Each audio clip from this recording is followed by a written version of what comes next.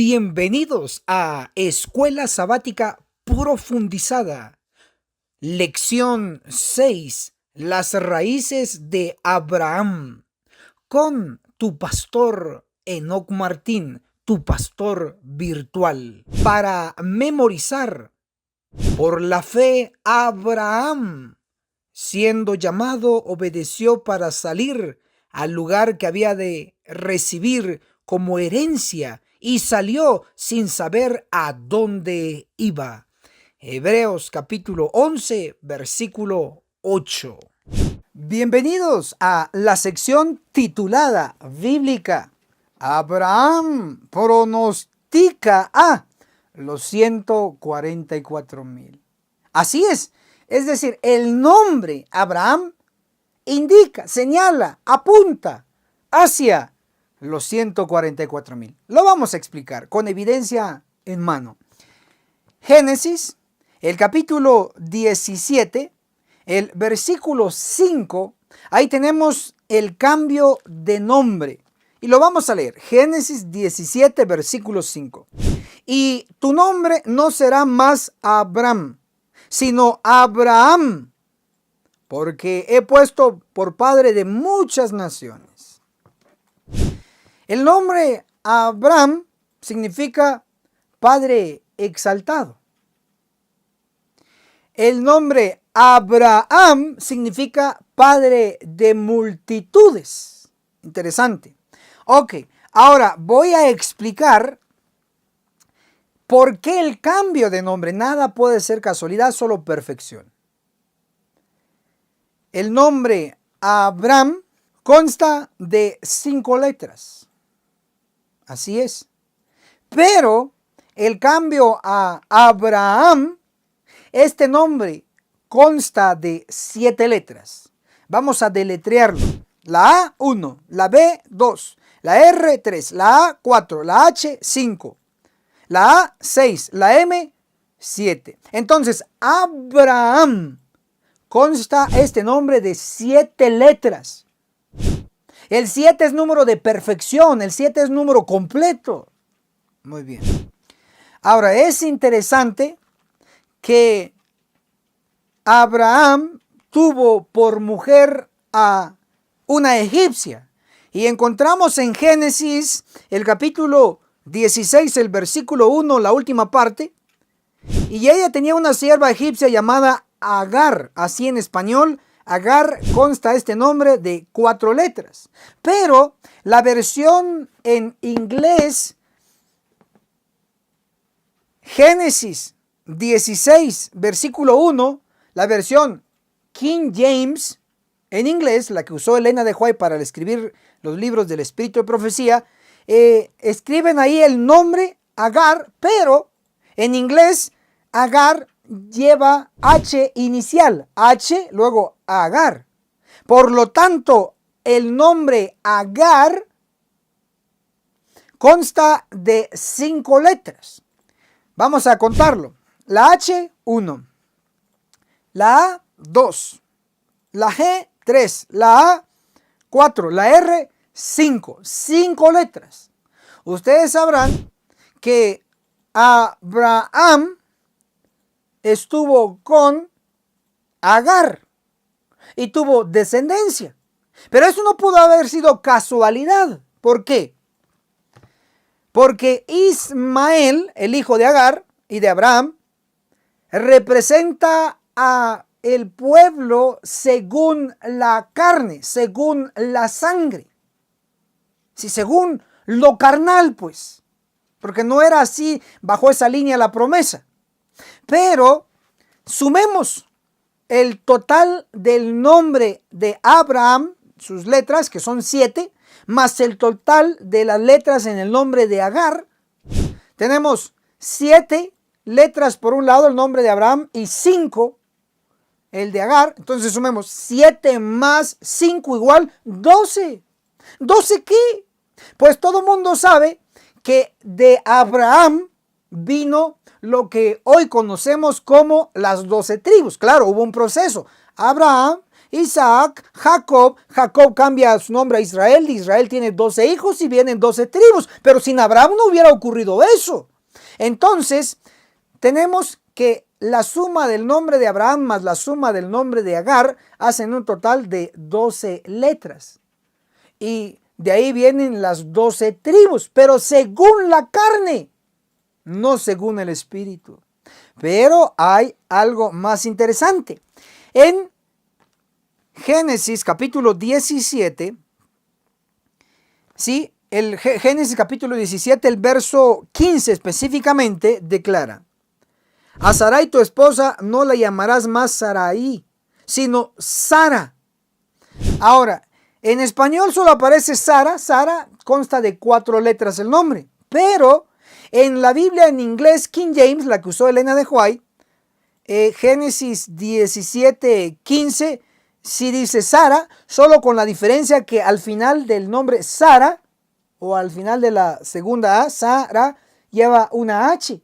Sara, H al final. Así aparece en inglés y eso no es casualidad. Sara, H al final. Por lo tanto, Sara, si contamos las letras, la S, 1, la A, 2, la R, 3, la A, 4 y la H, 5. Entonces, el nombre de Sara consta de 5 letras.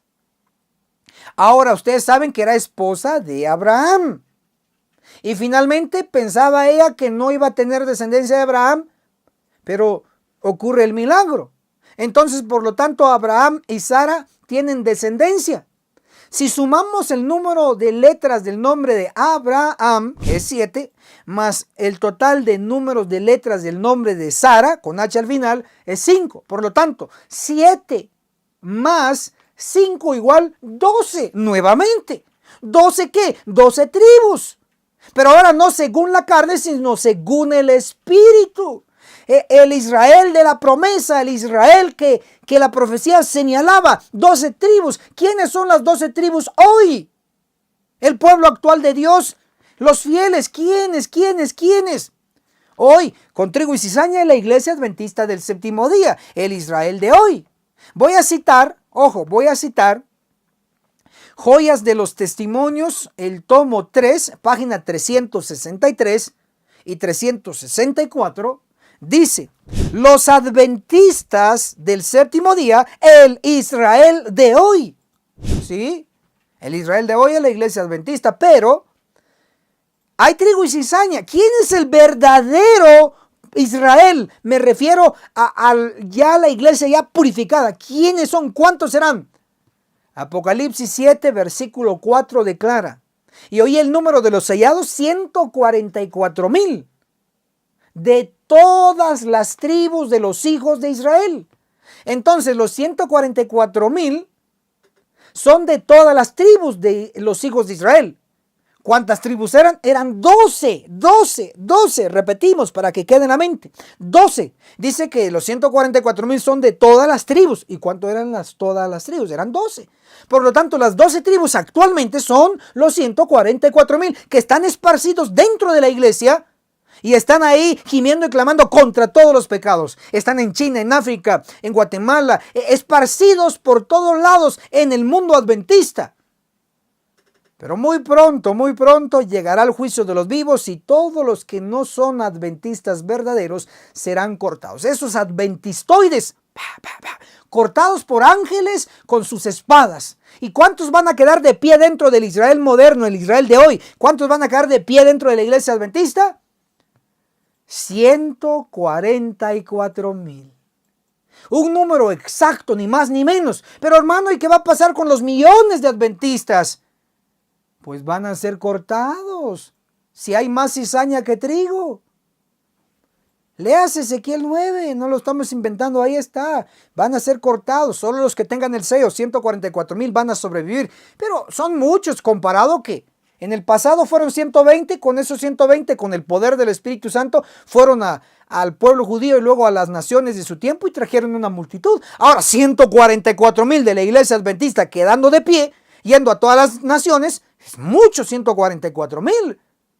Con el poder del Espíritu Santo van a ir a todas las naciones y van a traer una gran multitud. Por lo tanto, hermano y hermana, tenemos un privilegio al ser adventistas del séptimo día. Seamos verdaderos, no adventistoides falsos. Verdaderos, gimiendo y clamando contra todos los pecados, con valentía, con valor, con ganas y seguimos. Gracias por llegar hasta aquí. Dele me gusta a este video para llegar a más personas. Déjenos su opinión. Si usted quiere ser uno de los 144,000, escriba ahí abajo. Ministro Enoc Martín, quiero ser uno de los 144,000 y dígame, nos vemos en la cumbre del Monte Sión, porque allá nos tenemos que ver. Apocalipsis 14:1, se vio al Cordero sobre el Monte Sión, que es Cristo, y con él, a la par, en el Monte Sión, 144,000. Ahí nos tenemos que ver. Así que, hermano, antes de retirarse, comparte este video en sus distintas redes sociales. Que no se le pase compartir, por favor. Así juntos vamos a hacer obra misionera. Y de verdad, nos vamos a ver en la cumbre del Monte Sión. Abraham nació en el tercer sello.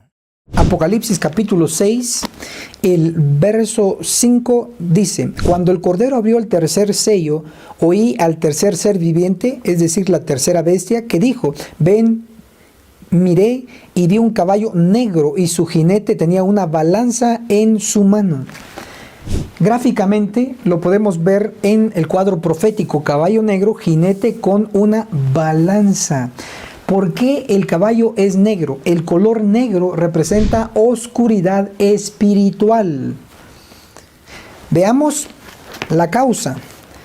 Génesis, el capítulo 11, el verso 31, se nos declara que Abraham salió de Ur para Canaán. ¿Por qué salió de Ur? Porque había mucha idolatría, porque había oscuridad espiritual y el Señor lo rescató de ahí para conservar a su pueblo. Leamos lo que dice la santa palabra de Dios en Josué, en el capítulo 24, el verso 2. Dice, la última parte: Taré, padre de Abraham, y Nacor servían a otros dioses. Por eso es de que Dios rescata a Abraham para que no le sirviera a otros dioses, efectuando el pecado de idolatría y sumando a la oscuridad espiritual de aquel tiempo, de aquella época. Entonces, podemos mencionar que es caballo negro porque había oscuridad espiritual. También encontramos de que el jinete tiene una balanza y la balanza es símbolo de comercio, de negocio. Para ello vamos a leer lo que dice Isaías, el capítulo 23, el verso 8. ¿Quién decretó esto contra Tiro?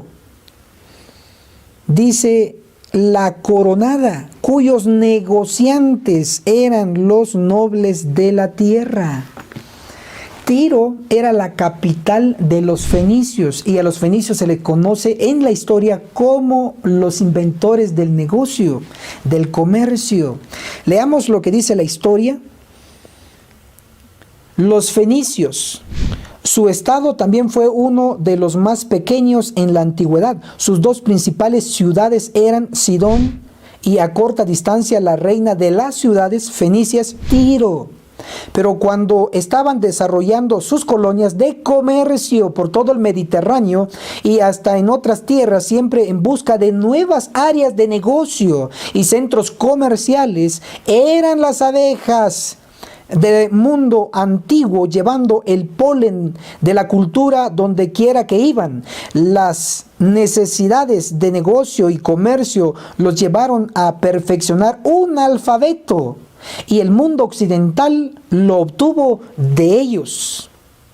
En algunos respectos eran únicos en el mundo antiguo y esta distinción fue sepultada con ellos porque no estaban interesados en conquistas, excepto comerciales. No les importaba pagar tributo a los poderes militares, mientras que esos poderes no interfirieran con sus derechos de comercio. Sigo leyendo el libro de historia. Recordamos la historia del Antiguo Testamento del deseo de David de construir un templo digno de la adoración del Dios de Israel. Le fue indicado que la obra mejor fuera dejada a su hijo Salomón. Así vemos a Salomón haciendo un convenio con Hiram, rey de Tiro. Hiram había de proporcionar la madera de cedro y de ciprés junto con carpinteros y albañiles para la construcción y enviar los materiales en balsas a Judá.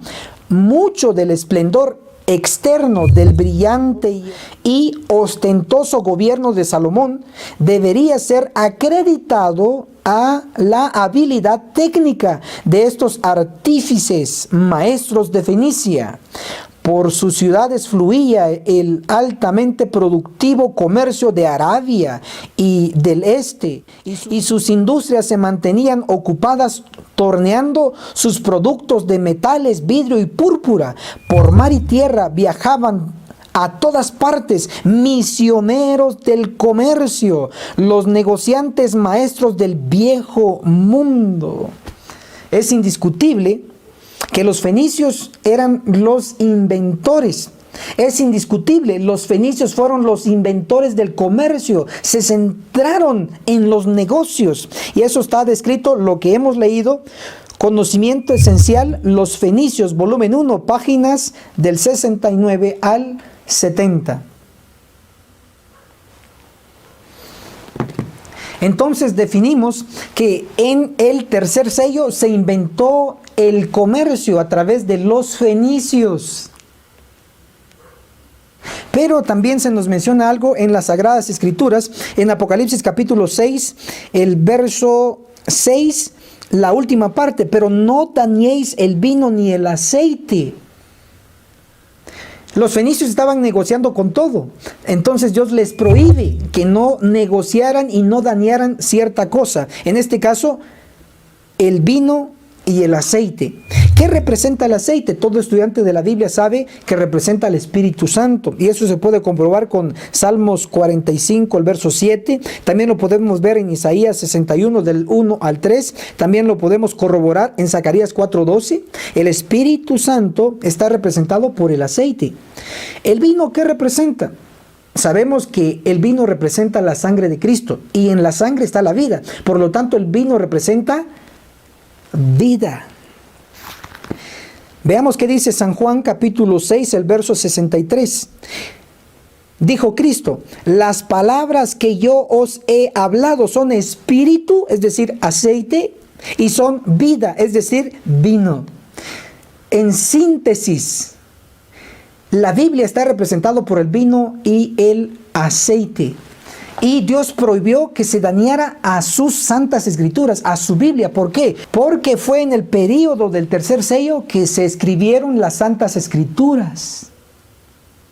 Entonces definimos, en el tercer sello había oscuridad espiritual, en el tercer sello se inventó el comercio y en el tercer sello también se inventó el alfabeto y con ello se construyó y se escribió lo que hoy llamamos el Antiguo Testamento. La guerra de Génesis 14 con Abraham, Isaías 14 y Zacarías 14. Génesis 14, la guerra global con Abraham. Esta es la primera guerra narrada en las Escrituras. Génesis 14:2. La coalición de 4 ejércitos de Mesopotamia y Persia contra la otra coalición de 5 ejércitos cananeos, incluidos los reyes de Sodoma y Gomorra. Génesis 14:8. Sugiere un conflicto a gran escala. Génesis 14:9. Una guerra global. Isaías 14, el versículo 28, aquí en la Biblia nos dice la palabra profecía, porque esto es una profecía de algo que debe de ocurrir todavía para nuestro tiempo. Luego tenemos en Isaías 14 el versículo 29. Hay una mala traducción, por lo tanto les voy a ayudar a que lo corrijan. Isaías 14, verso 29 dice: no te alegres tú, Filistea, dice la mayoría de versiones, pero en la versión King James en inglés y en el original no dice Filistea, sino dice Palestina. Entonces debe de decir así, Isaías 14, 29, no te alegres tú, Palestina. Y luego también, para corregir de una vez, en Isaías 14, el verso 31, aúlla, oh puerta, clama, oh ciudad, disuelta estás toda tú, Filistea. En lugar de Filistea, si dice su versión así, corríjalo y coloque Palestina. Entonces debe de decir Isaías 14, el verso 31. Aúlla, oh puerta, clama, oh ciudad, disuelta estás toda tu Palestina. Entonces, Isaías 14, los últimos versículos, está hablando de una profecía en contra de Palestina. Ministro, ¿y qué es Palestina? Bueno, Palestina, antiguamente o bíblicamente, es el territorio conocido como la tierra prometida o la tierra santa. Y al decir esa frase lo digo con autoridad porque está en la Biblia. Léase Zacarías 2, verso 12, dice tierra santa. Donde estuvo Adán, donde estuvo Eva, donde estuvo Cristo, donde estuvieron los apóstoles, etcétera. Es tierra santa. Donde todo empezó, todo va a terminar. Bueno, a ese territorio se le está hablando en profecía, especialmente a sus habitantes. Ahora expliquémoslo. Isaías 14, el versículo 29. No te alegres tú, Palestina. No se debe de alegrar. ¿Por qué? Porque viene destrucción. Leamos Isaías 14, el versículo 31. Aúlla, oh puerta, clama, oh ciudad, disuelta estás toda tu Palestina, porque humo vendrá del norte. No quedará uno solo en sus asambleas. Significa aquí que Palestina, todo ese territorio y sus habitantes, no va a estar solo, sino que va a tener apoyo, va a tener ayuda, porque dice que no, ahí habla de asamblea. Sí, asamblea con sus colaboradores. Pero se nos pronostica en Isaías 14, el verso 31, aúlla, Palestina, porque humo vendrá del norte.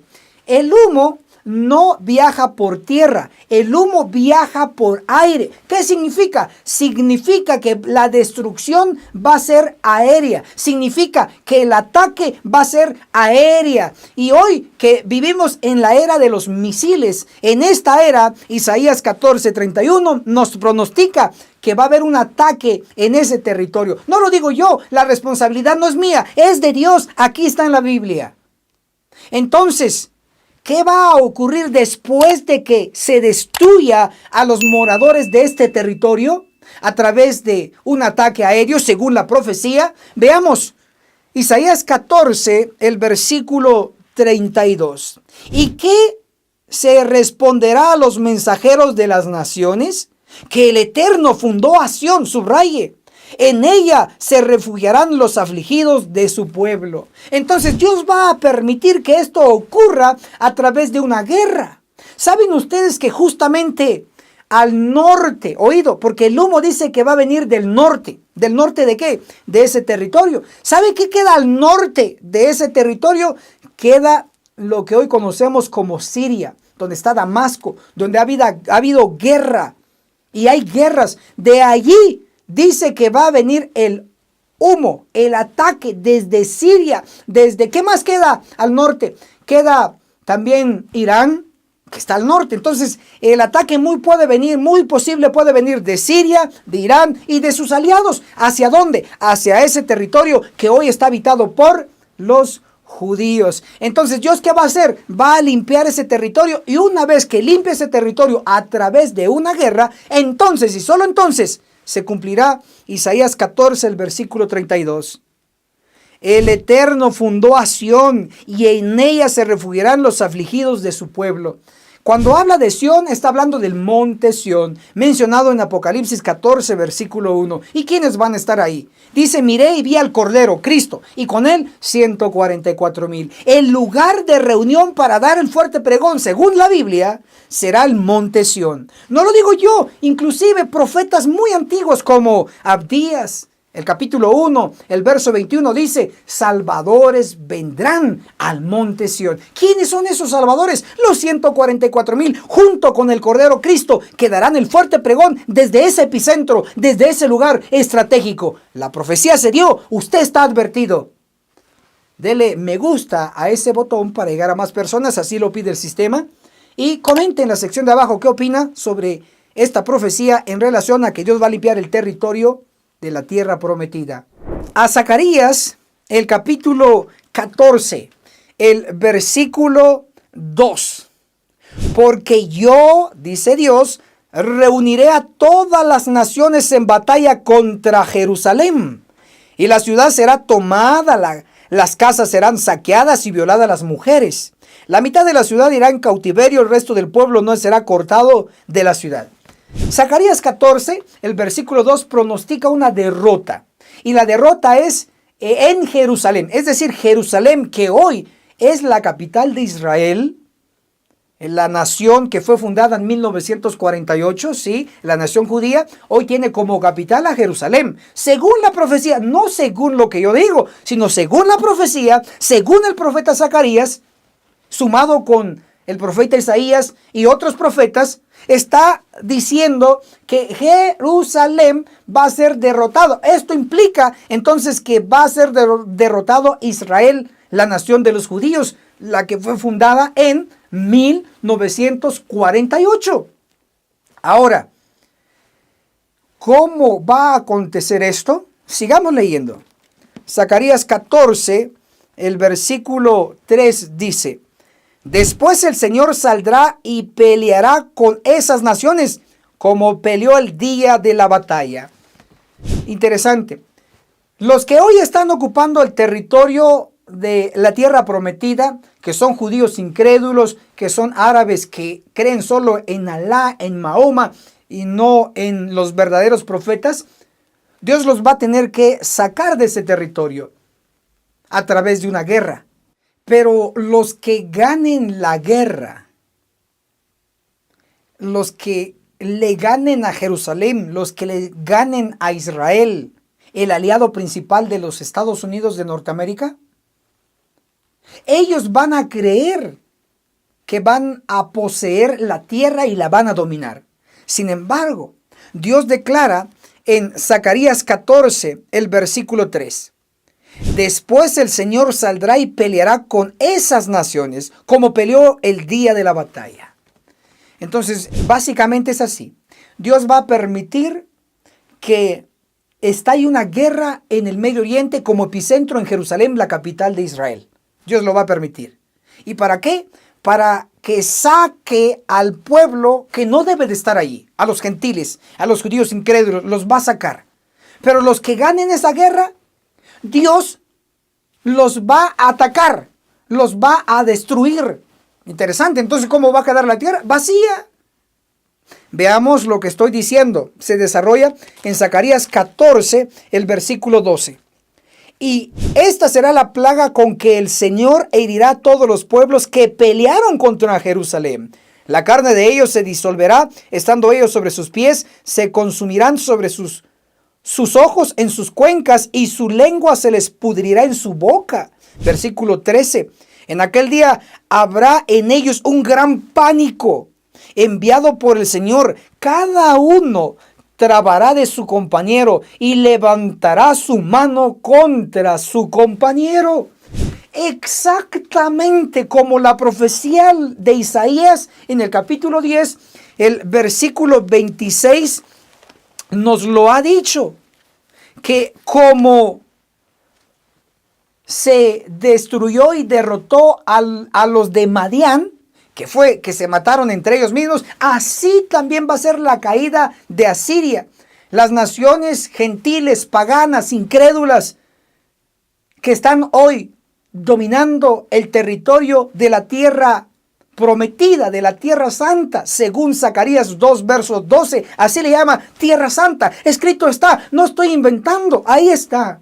Entonces, Zacarías 14 es el versículo 13, específicamente nos dice la profecía cumpliéndose. Zacarías 14, 13. En aquel día habrá en ellos un gran pánico enviado por el Señor. Cada uno trabará de su compañero y levantará su mano contra su compañero.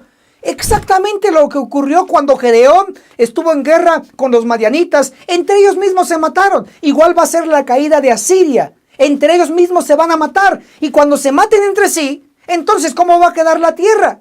Va a quedar vacía. ¿Y para qué va a quedar vacía? Dios tiene un objetivo. Porque allí en el primer siglo de la era cristiana, o en los primeros 100 años de la era cristiana, fue ahí, desde Jerusalén.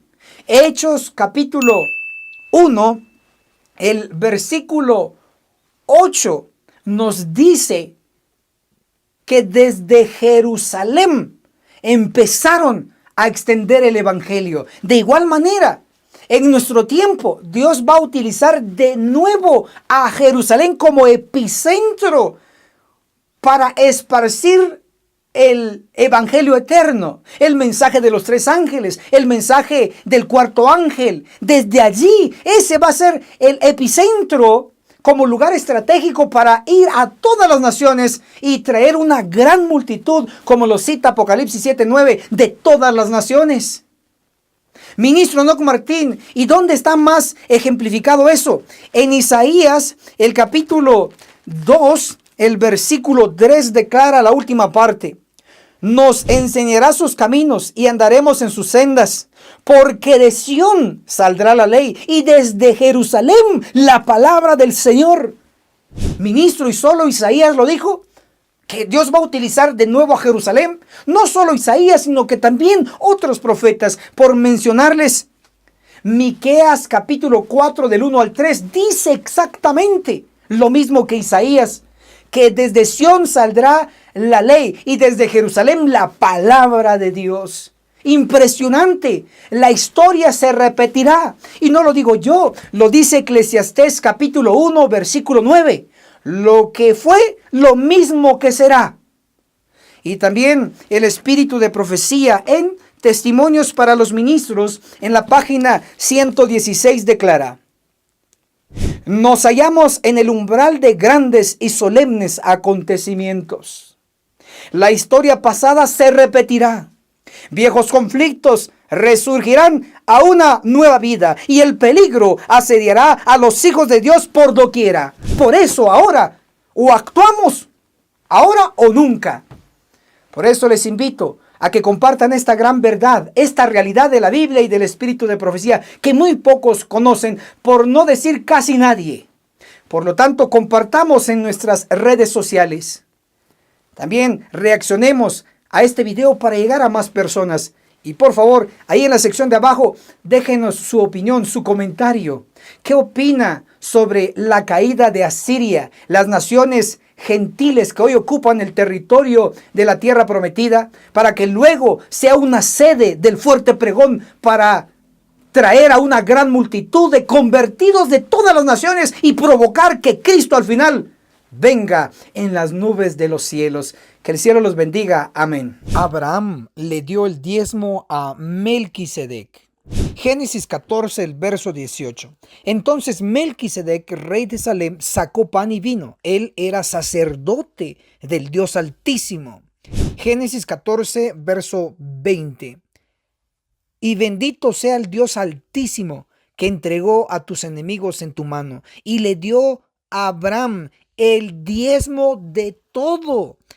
Así como Abraham sabía dónde dar el diezmo, así hoy todos nosotros debemos saber dónde y cuándo dar el diezmo. Malaquías capítulo 3 del 1 al 3 describe que el Señor, Cristo mismo, enviaría un mensajero, pero no identifica al mensajero, al menos en estos primeros versículos.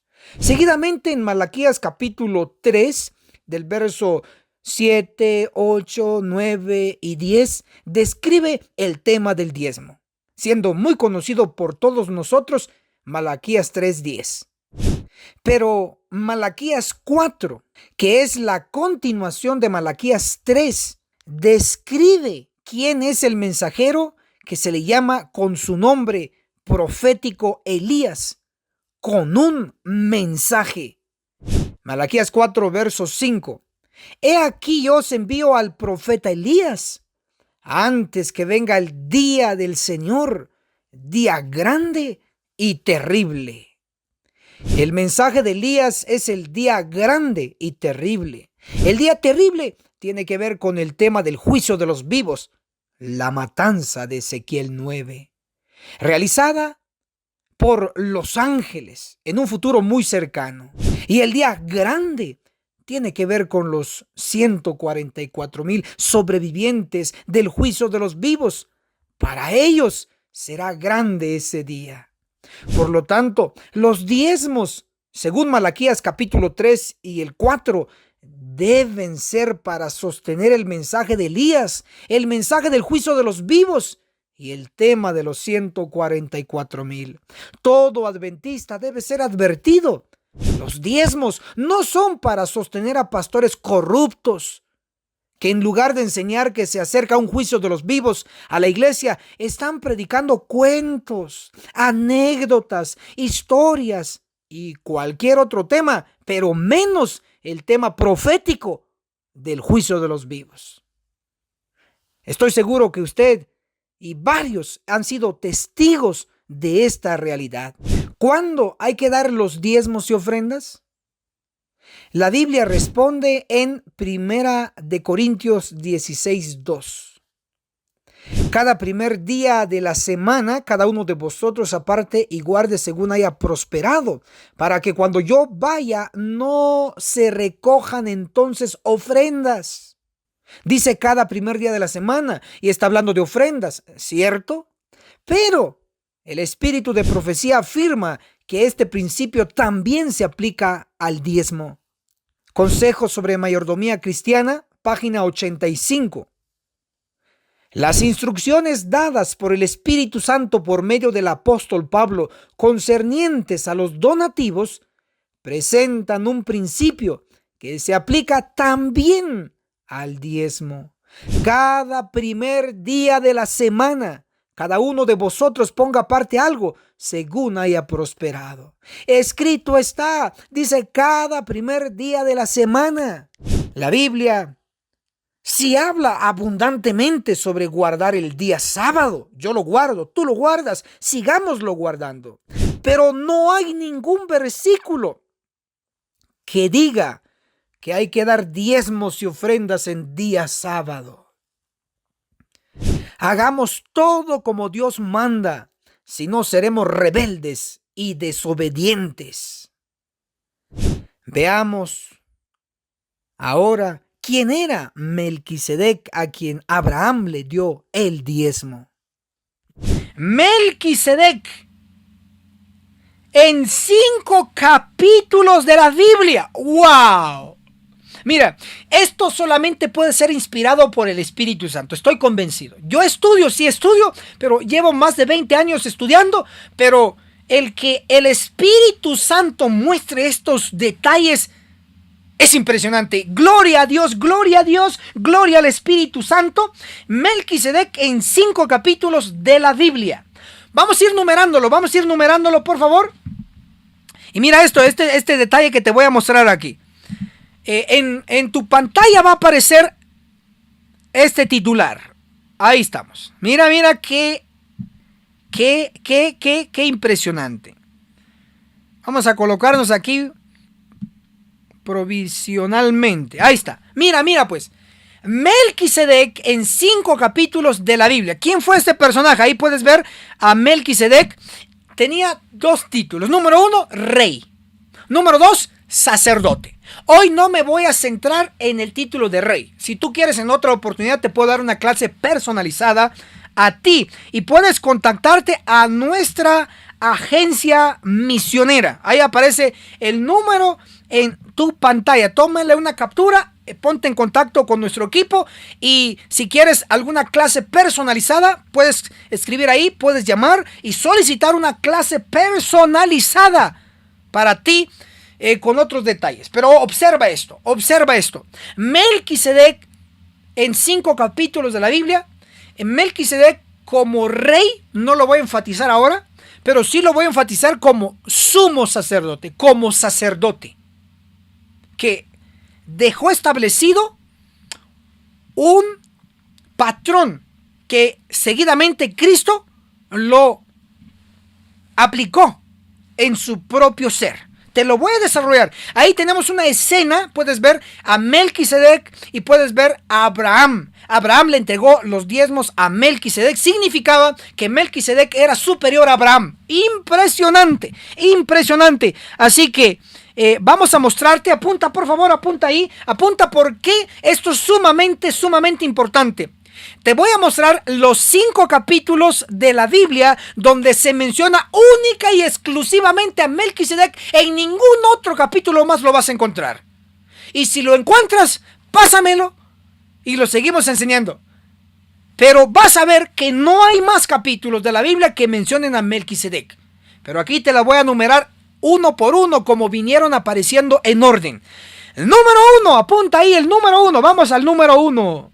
Génesis, el capítulo 14. Vamos a escribir, número 1, Génesis 14. En ese capítulo es donde por primera vez se habló sobre Melquisedec, el sacerdote del Altísimo. Apunta, entonces, número 1, Génesis 14. Todos a escribir ahí, por favor. Háganse el favor, háganse el favor de escribir ahí, porque así se les va quedando en la mente. Tecleen. Número 1, Génesis 14. Génesis 14, ahí es el primer capítulo en la Biblia que se menciona a Melquisedec. Acuérdate que Génesis lo escribió Moisés. Por lo tanto, Moisés fue el primero que habló sobre este personaje mítico. Pero aquí lo vamos a desenrollar, este rollo que mucho tiempo ha estado enrollado. Valga ahí la repetición. Ahora, número 2. ¿Listo? Número 2. Es Salmos, el capítulo 110. En Salmos capítulo 110 es donde por segunda vez en toda la historia de la Biblia se menciona a Melquisedec, a este personaje enigmático. Escribe número 2 y luego Salmos 110. Número 2, Salmos 110. Ok, vamos moviéndonos. Son 5 capítulos. Y luego tenemos en el número 3, Hebreos capítulo 5. Ojo, capítulo 5. Número 3 es Hebreos capítulo 5. Ahí es donde por primera vez en la epístola a los Hebreos se menciona a Melquisedec. Pregunta de examen. Hermano estudiante de escuela sabática profundizada con tu pastor Enoc Martín, ¿dónde en la epístola de Hebreos se menciona por primera vez a Melquisedec? Tienes que contestar Hebreos capítulo 5 como un buen estudiante. Y 100 puntos para ti. Ok. Hebreos capítulo 5 es la mención número 3. Ahora vamos al número 4. Sigue escribiendo. Número 4 es Hebreos capítulo 6. En Hebreos capítulo 6 tenemos la cuarta mención de Melquisedec. La cuarta mención. Hebreos capítulo 6. Aquí se nos va quedando el Hebreos capítulo 6. Y número 5 tenemos Hebreos capítulo 7. El capítulo de preferencia, el capítulo de referencia, el capítulo explicativo de Melquisedec con detalles está en Hebreos capítulo 7. Y viene siendo la quinta referencia o el quinto capítulo de la Biblia que habla desde el Génesis hasta el Apocalipsis. Hebreos capítulo 7 es la quinta referencia donde se habla sobre Melquisedec. ¡Wow! Entonces, hasta aquí, como puedes notar, no puede ser casualidad, todo es perfección. Mira, todo esto no existía hace unas horas, pero lo armamos. Por eso te digo que el crédito se lo damos al Espíritu Santo, porque solo el Espíritu Santo puede revelarnos esto. Esto no lo vas a encontrar en la cartilla de escuela sabática, no lo vas a encontrar en otros libros, no, sino aquí en escuela sabática profundizada por gracia, por misericordia del Espíritu Santo, aquí lo tenemos. Entonces, en toda la Biblia hay 5 capítulos que hablan sobre Melquisedec. Hasta aquí ya te lo presenté, ahí lo tienes. Si quieres, tómalo en captura, o si quieres el material luego de lo que voy a presentar acá, lo puedes solicitar a nuestra agencia misionera, AMI. al signo más 502 42 29 77 86. Pero vamos a tener prioridad a aquellos que colaboran con Escuela Sabática Profundizada. ¿En qué? Compartiendo, reaccionando, comentando.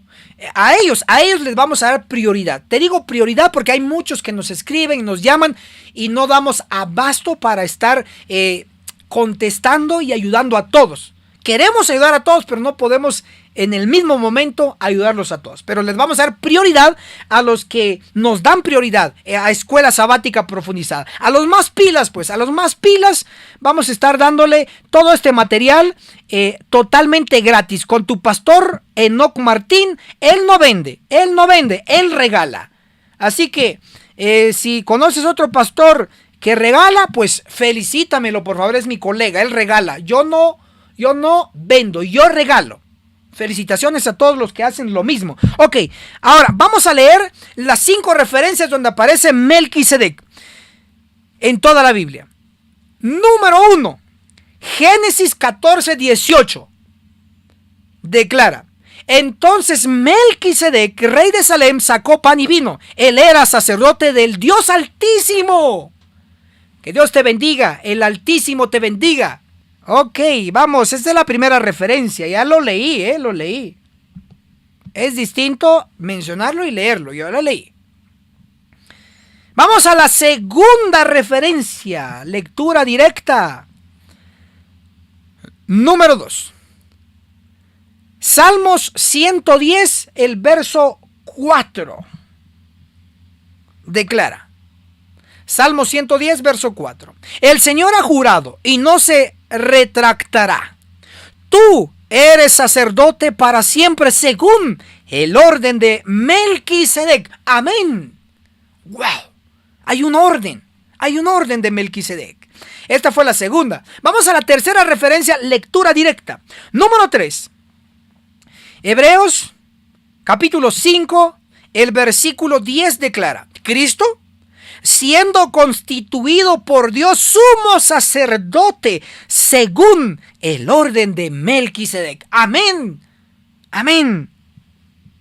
Si estás de acuerdo con que Cristo es sumo sacerdote según el orden de Melquisedec, no según el orden de Aarón, no según el orden de los levitas, porque Jesús no era de la tribu de Leví. Jesús, por el papá adoptivo llamado José, fue de la tribu de Judá. Y según la ley de los sacerdotes, solamente podían ser sacerdotes los que venían de la descendencia de Aarón o de la tribu de Leví. Pero Jesús venía por el papá adoptivo, venía de la tribu de Judá. Nada que ver con los sacerdotes. De Judá se tomaban los reyes, eso sí, pero sacerdotes no.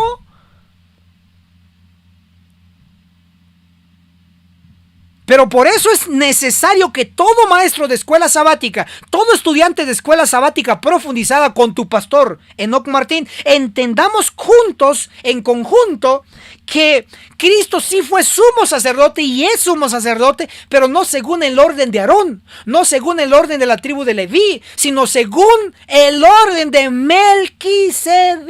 Y hoy aquí lo vamos a revelar. Así que sigue compartiendo, sigue reaccionando y vamos a insistir porque esto es verdad presente que todo mundo debe de comprender. Ok, entonces vamos a la referencia número 4. Hebreos capítulo 6 versículo 20.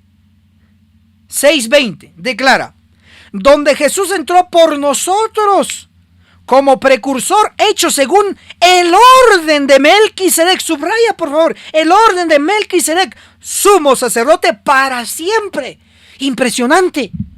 A ver, pastor Enoc Martín, Jesús es sumo sacerdote solo ahora en el tiempo de que él está allá en el santuario celestial como sumo sacerdote, y después de que venga el juicio de los vivos y corte con sus ángeles a los que no tengan el sello y regrese al cielo.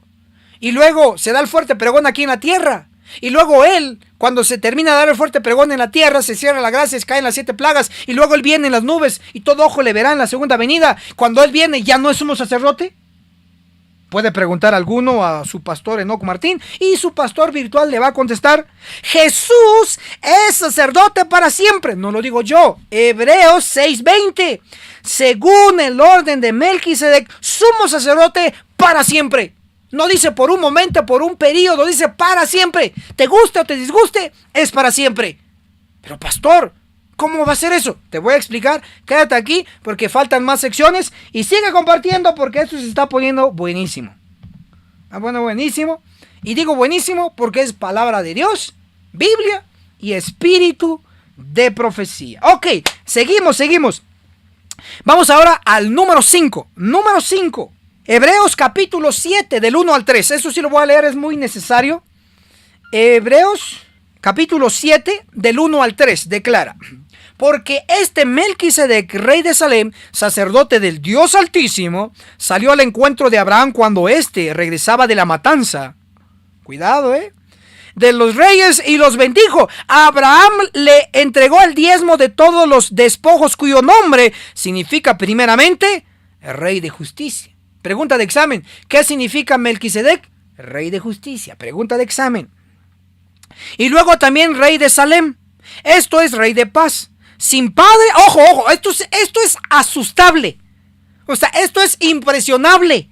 Esto es incomprensible para la raza caída nuestra. Pero oye lo que dice. Esto es rey de paz, sin padre, sin madre, sin genealogía, no teniendo principio de días ni fin de vida, siendo hecho semejante al Hijo de Dios. Subraya, siendo hecho, subraya, siendo hecho semejante al Hijo de Dios, permanece sacerdote a perpetuidad. Otras versiones dice, permaneciendo sacerdote para siempre. ¡Wow! A ver, asustémonos juntos. Melquisedec, un hombre de carne y hueso como tú y yo, que no tuvo padre, no tuvo madre, y no tiene genealogía, no tiene inicio, no tiene fin, y no tiene fin de vida, y es sacerdote para siempre. ¿Quién es este personaje entonces, Melquisedec? Te adelanto algo, de una vez asústate, agárrate. No es Cristo. Melquisedec no es Cristo. Melquisedec fue un símbolo, fue un representante de Cristo, pero Melquisedec no es Cristo.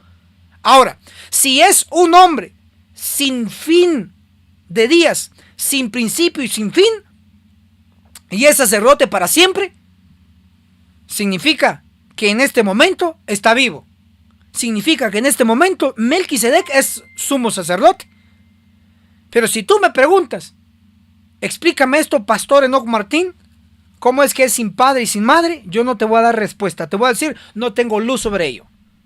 Pero yo le creo a la Biblia, porque la Biblia dice que Melquisedec es sin padre, sin madre, sin principio, sin fin de días, y es sacerdote para siempre. Yo le creo a la Biblia. Que no lo entienda es otra cosa. Pero sí entiendo que no es Melquisedec, no es Cristo. Melquisedec es otro hombre especial, creado para una función, y te lo voy a revelar aquí. Apunta, por favor, apunta esta referencia que te voy a obsequiar, y ya estamos haciendo referencia a el espíritu de profecía. Apunta porque esto va a estar buenísimo. Mira lo que dice aquí la hermana Elena de Hoy, profetisa de la iglesia adventista. Mensajes selectos, el tomo 1. Apúntalo porque esto es revelador. Mensajes selectos, tomo 1, en la página 491. 491 declara: fue Cristo quien habló mediante Melquisedec, el sacerdote del Dios Altísimo. Melquisedec no era Cristo, sino la voz de Dios en el mundo, el representante del Padre. Te lo leo otra vez. Oído. Abre bien los oídos. Estíratelo. Y por favor, sigue compartiendo para que los demás también estiren la oreja, porque muchos están confundiendo. Maestros de escuela sabática, pastores, predicadores famosos, están confundiendo y enseñando que Melquisedec es Cristo. Error garrafal.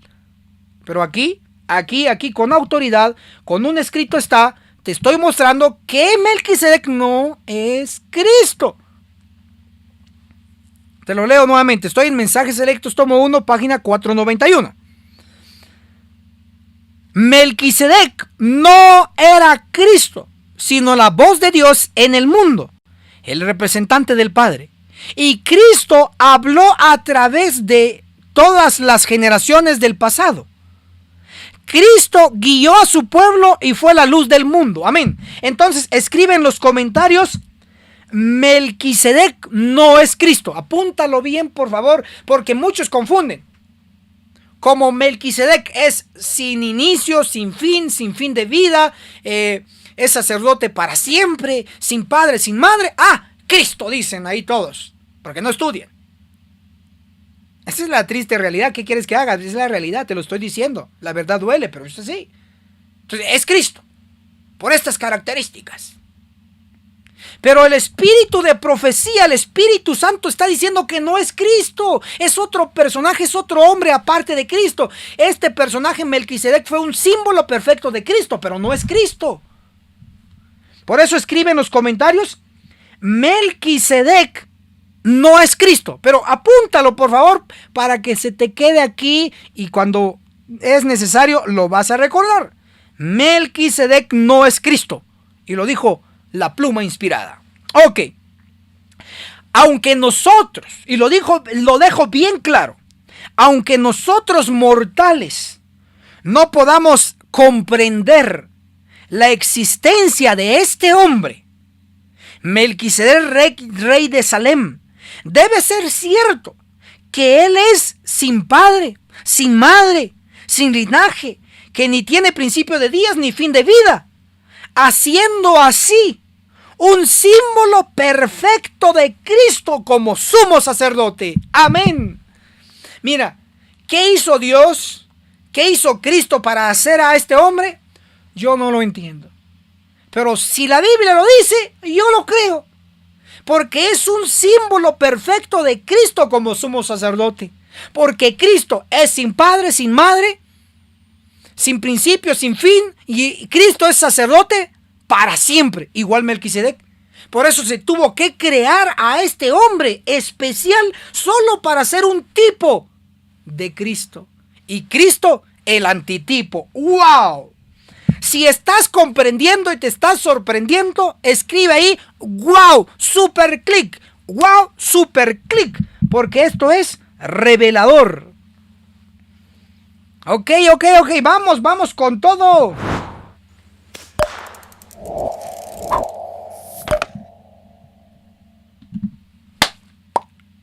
Ok, vamos a pasar a otra sección. Acuérdate, estamos enfatizando Melquisedec. Voy a colocar en tu pantalla para que veas esto. Míralo. Asústate conmigo. De buena manera, por supuesto. Mira esto. Ahí tenemos Melquisedec en 5 capítulos de la Biblia. Número 1, Génesis 14. Número 2, Salmo 110. Número 3, Hebreos 5. Número 4, Hebreos 6. Y número 5, Hebreos 7. Si no se te quedó ahí por lo rápido que lo dije, tómale una captura. Ahí está. 5 capítulos en toda la Biblia que hablan de Melquisedec.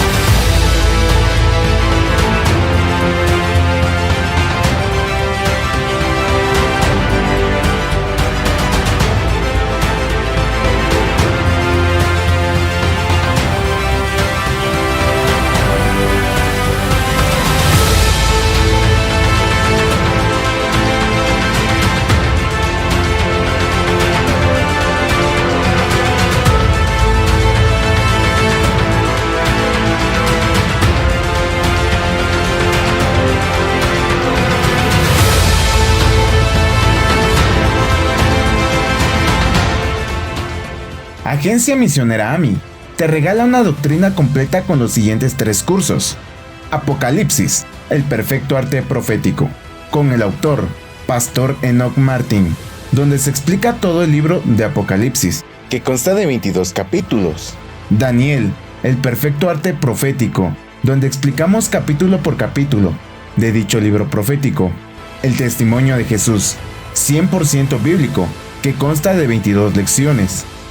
Puedes comunicarte con nosotros a nuestro número de WhatsApp, más 502 42 29 77 86.